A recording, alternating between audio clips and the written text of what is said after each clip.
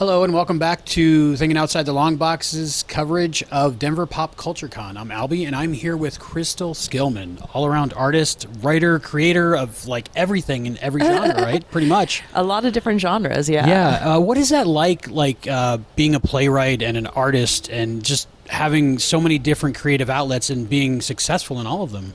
Oh, well, first of all, can you just appear in my life every day and tell me that? Absolutely. Amazing. Absolutely. I think it's about, I've always thought about being a storyteller and a writer. I've always thought about, well, what story is right for which medium?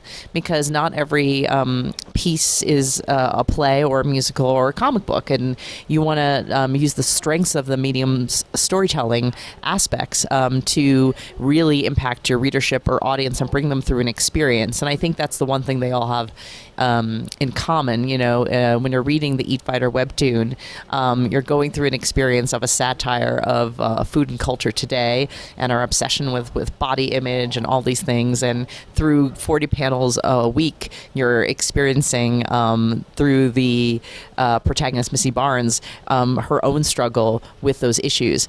And I think something like Open, which is going to open in New York, which is a magic show without magic, it has to be live, because as this woman is seemingly performing these tricks in front of your eyes, which you cannot see, she's going out to audience members and saying, hold this for me, and there seems to be nothing there. But you realize as she's telling these stories of magic and doing these magic tricks, they're for her lover. And the more that we as an audience believe in that relationship and love is love, the more we're rewarded through the magic show with seeing actual magic. And that's something you have to do live to get that actual experience. It wouldn't translate to comics, let's say. Exactly. So I just think there's a power of a theatrical event or a drama in the storytelling, and which medium is right to give the most impact for the reader or audience and make them think about their own lives and their relationship to what's going on today. I love magic, so that intrigues me. But what does it mean, like magic show without magic? Can you be more? Absolutely. So I understand better. Yeah. Thank you. So it's really it's an interesting piece to talk about without spoilers. But basically, to the best of our extent, there's a woman on stage who seems very surprised that we're there as well. But it welcomes us to her imagination and starts to pantomime magic tricks. And as they're happening, the audience is involved with that, and she starts to tell us about Jenny, her lover, and that we're there for Jenny. And the purpose of this magic show is for Jenny. It is revealed that Jenny had an accident, and it's revealed what kind of crime that is really in New York. And she believes that this magic act and the audience's belief in their relationship can actually save her life. Oh, wow. So it's a love story. It's a love story, yeah. I love that. That's cool. You're the first playwright I've ever talked to, so I'm very interested about that. I represent all playwrights everywhere. When you're doing a musical and you write the book and somebody else writes the music, what's your input towards the music? Do you say, this is what I want it to be about, and then you kind of have a process where you approve it, or is it more collaborative? How does that work? It's entirely collaborative. It may not be collaborative every step of the way, but at some point in the process, it's entirely collaborative, because to put it on, you all have to be in the same room and same place and same time. So even if you have written a musical long distance, eventually, you're going to be in the room together. But there are really two types of musicals. There are ones adapted from a source, and there are ones that are wholly original. They may be inspired by something, but if they're not inspired by something as direct and they're completely original, that is its own kind of storytelling. When you have a known property, or a cult property in the case of Mary and Max. Mary and Max is one of the musicals I'm on, and it is based on the claymated film that came out in 2006. Adam Elliott is the animator. It's a beautiful story about friendship. Mary is 8 years old in Australia in the 70s. It's very quirkily told, but her circumstances are dire. Her mom's an alcoholic kleptomaniac. She has no one to ask her questions to. She has no friends. She's bullied. And she happens to find in a phone book the address of Max Horowitz. She writes him. him. Turns out he's 44 years old, as tall as a 6-foot tree, 300 pounds, and that has yet to realize it, but has Asperger's syndrome. And whenever she asks, he answers in his own way. And they're two unique people that are two outsiders in the world. And the question is, will these two friends, as they get older and grow up, will they ever meet?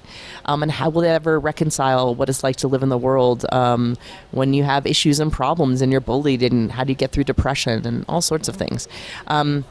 So in that case, we're looking at that film and then we're saying, how do we tell our version of that story on stage, be true to the message, but also use what we can do best in theater, which is, that, again, I don't have camera angles. I have to make choices of my scene work and what I'm showing in scene, and between that and my composer, Bobby Cronin, what's more effective in song with these character moments. And so we've been developing that show for about 5 years. Wow. It premiered in Canada last November, and it's getting its European premiere this November, actually. And we just had an industry presentation of the songs and talk through the story, which we call kind of in the industry a dog and pony show in a way, for producers that really were intrigued and interested. And it went quite well. So I think it's a story that is very impactful as a film, but I think its message will reach even more people as it goes forth as a musical, which I think is great, because Adam created an incredible piece, an incredible story that we're excited to share with audiences live.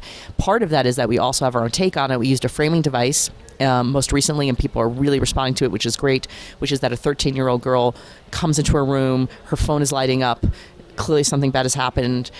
She won't let her dad in, and her dad's on the other side of that door, and he says, I want to tell you a story, and it's the story of Mary and Max. As the story goes on, we realize how personal the story of Mary and Max is to the father, and how dire the girl's circumstances are in by not letting her father in that room, and him keeping her on the line, so to speak, with the story. It's really crucial. Yeah. When I was 7, I saw Damn Yankees live. Oh my God, it's one of my favorite shows. And from then on, the musical bug, I loved every musical ever since. I can't think of one I haven't liked. I just fall in love with it, listen to it a bunch.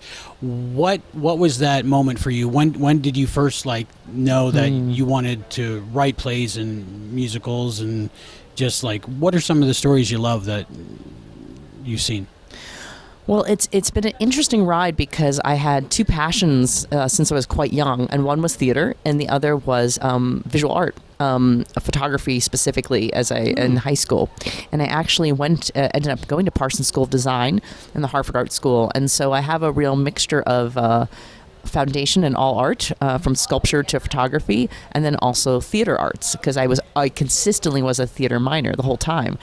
I think that happened for me. I was just surrounded by art, and that's also where the love of comic books comes from as well, since I was very young. But since I was 5, I was in these drama troupes, and I remember being in things like Lion, the Witch, and the Wardrobe, which is adapted from it was a squirrel or something.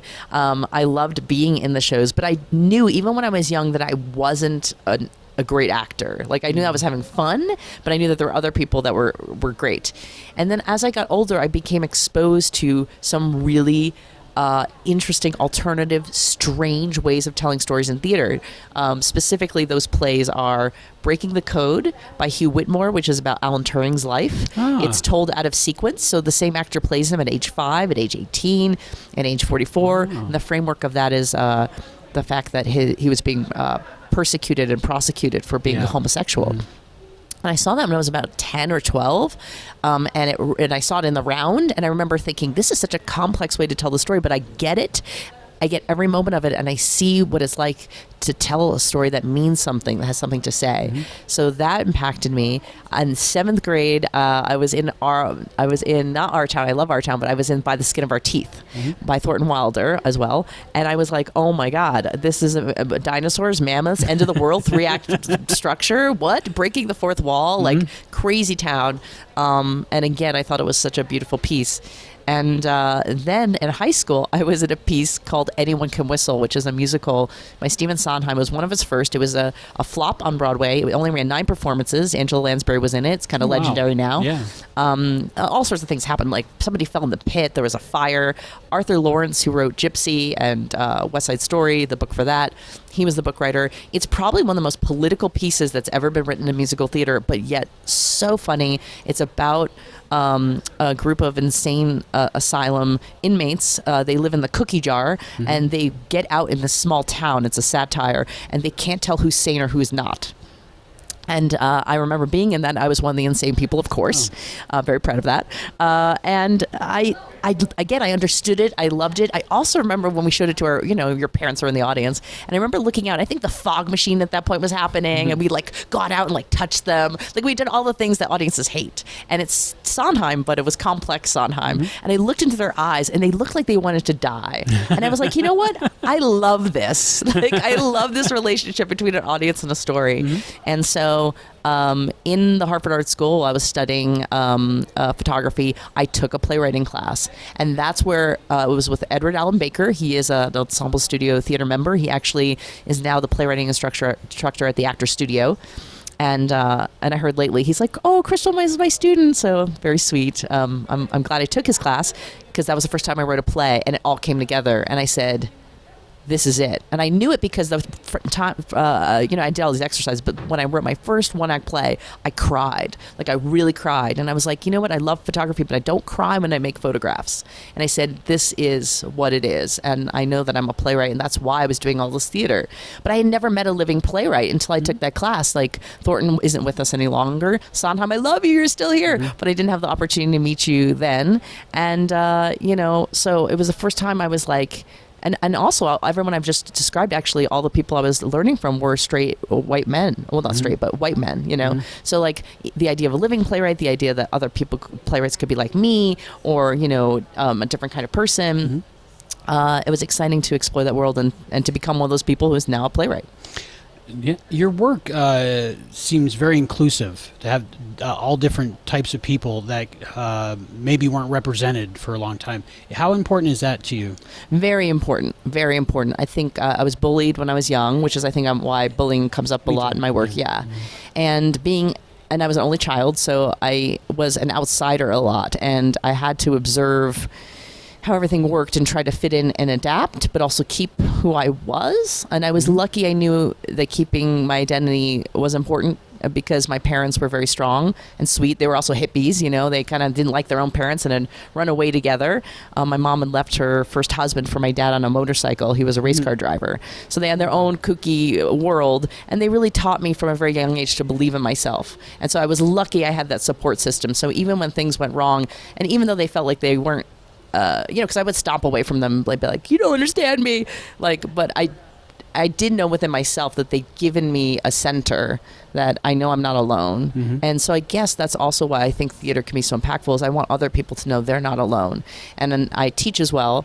I've taught playwriting through different programs, even at, grade 2, at way down deep on the 6th line. And I know that the kids may not have the best writing yet, but by expressing their feelings, even at a young age, they're able to communicate, they're able to get out of their situations, to problem solve, and also it creates a center, it creates belief in themselves. And I think that's the most important thing for audiences and people.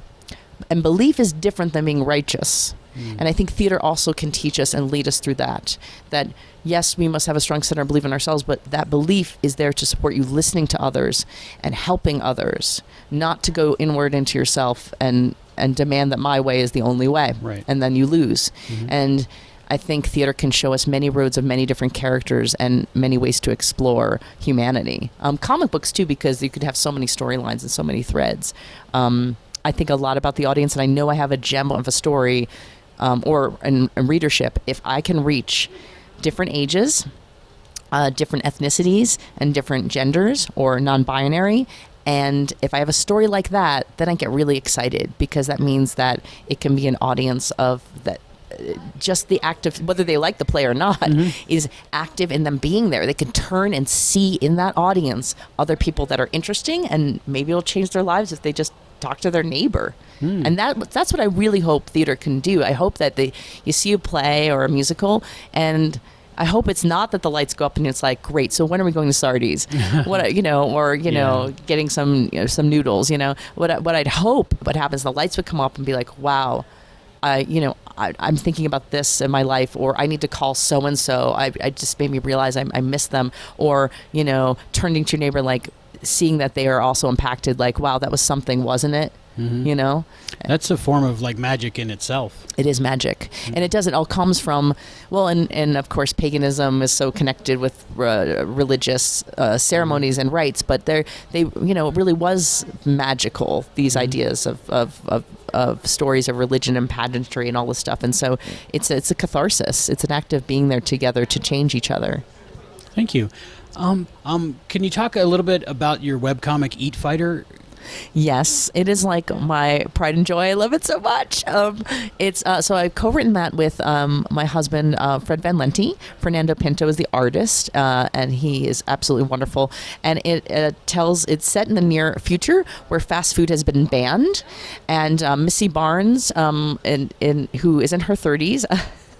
I described her as struggling, I think, with ponytails, and she ends up looking like me as well. So, which the artist didn't know what I look like, but that's what happened. Oh, awesome. And she is rising up in illegal underground eat fighting competitions to avenge her brother, who she believes is dead, Buckeye Barnes.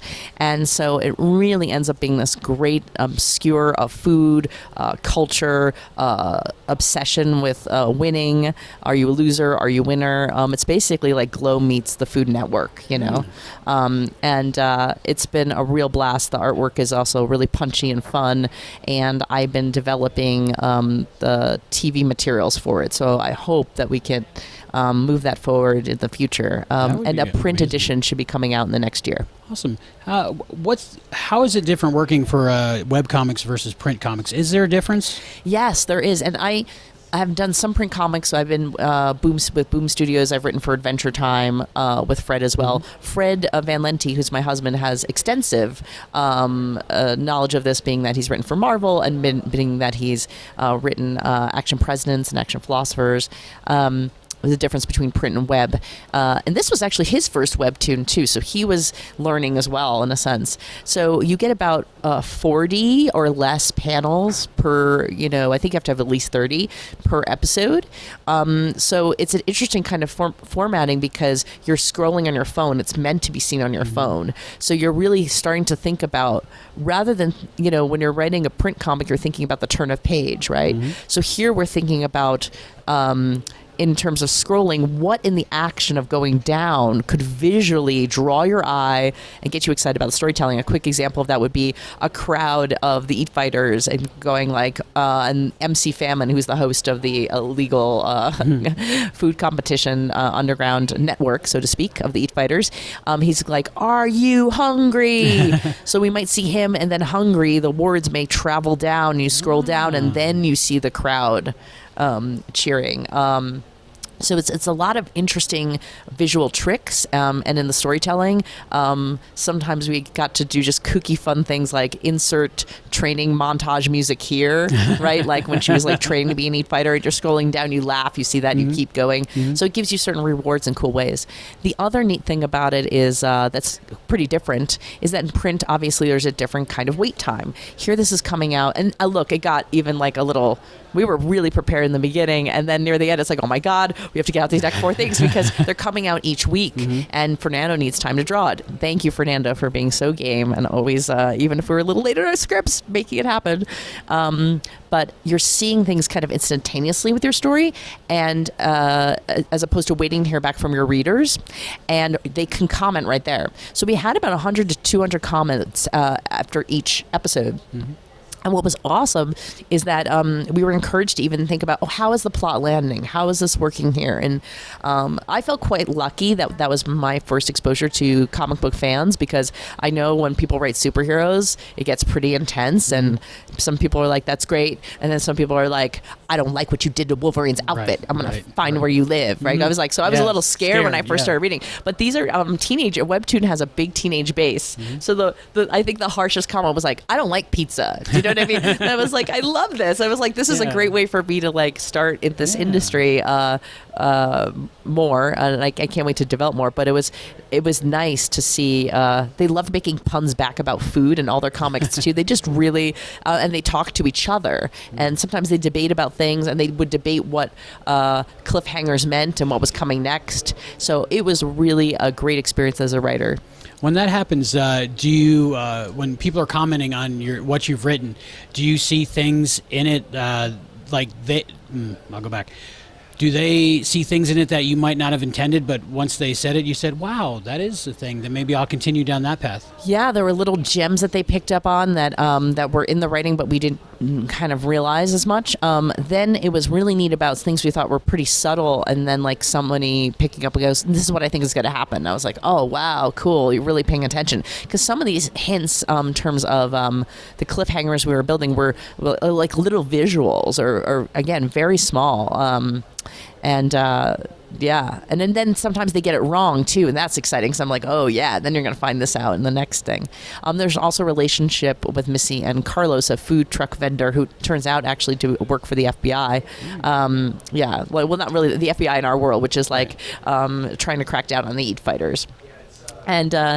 It was really, really cool to see them like that relationship, and they love, they're teenagers. They love. So anything with shipping, like, oh, what, this is my favorite ship, That's awesome. Yeah. For people that want to find out more about your work and how they can experience it, where can they find you? Yes, I am at www.crystalskillman.com for my website, but I'm also on all the social medias as my name. I'm not hidden. I look like myself, and I have no weird periods or hyphens or anything. So I'm on Instagram, Twitter, Facebook. Yeah, and I love to hear from readers or those who are interested in the work. All right. Thank you so much, Crystal Skillman. I Thank you. appreciate it.